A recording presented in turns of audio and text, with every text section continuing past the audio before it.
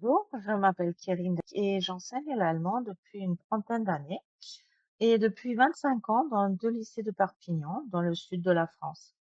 Ici, le contact des élèves avec la langue allemande est malheureusement assez réduit. Je suis également interlocutrice académique du numérique de l'allemand dans l'Académie de Montpellier et de facto intéressée par les nouvelles formes d'enseignement dont peut faire partie l'IA. Pour tester les nouvelles possibilités et aussi dynamiser l'enseignement de l'allemand, j'ai utilisé l'application Mizu pour créer les chatbots.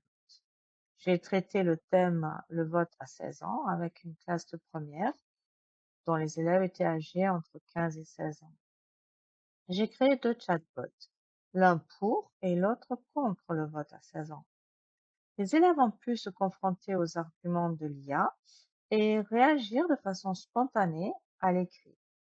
Ils ont travaillé à deux et de façon volontaire, car si un élève était opposé au travail avec l'IA, il n'était pas obligé de le faire. Les élèves étaient plutôt sceptiques au départ, hein, mais trouvaient le travail avec les chatbots finalement bluffant et concluant et positif. Mon objectif d'entraîner les élèves à l'interaction écrite, dans le style des réseaux sociaux, hein, a plutôt été atteint, mais les réactions des chatbots n'ont pas toujours été pertinentes, ce qui a été relevé par les élèves. Cela contribue à la formation de leur esprit critique face à l'IA. J'utilise également l'IA pour la recherche de ressources, la simplification de certains documents et pour varier des exercices.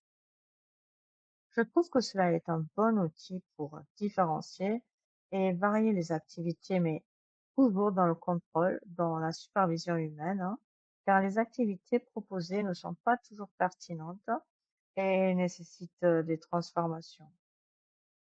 À mes yeux, le risque principal est que les élèves utilisent l'IA de façon inappropriée. Ils s'en servent souvent pour faire le travail à leur place, sans réfléchir, sans développer leurs pensées et sans vérifier les erreurs possibles produites par l'IA.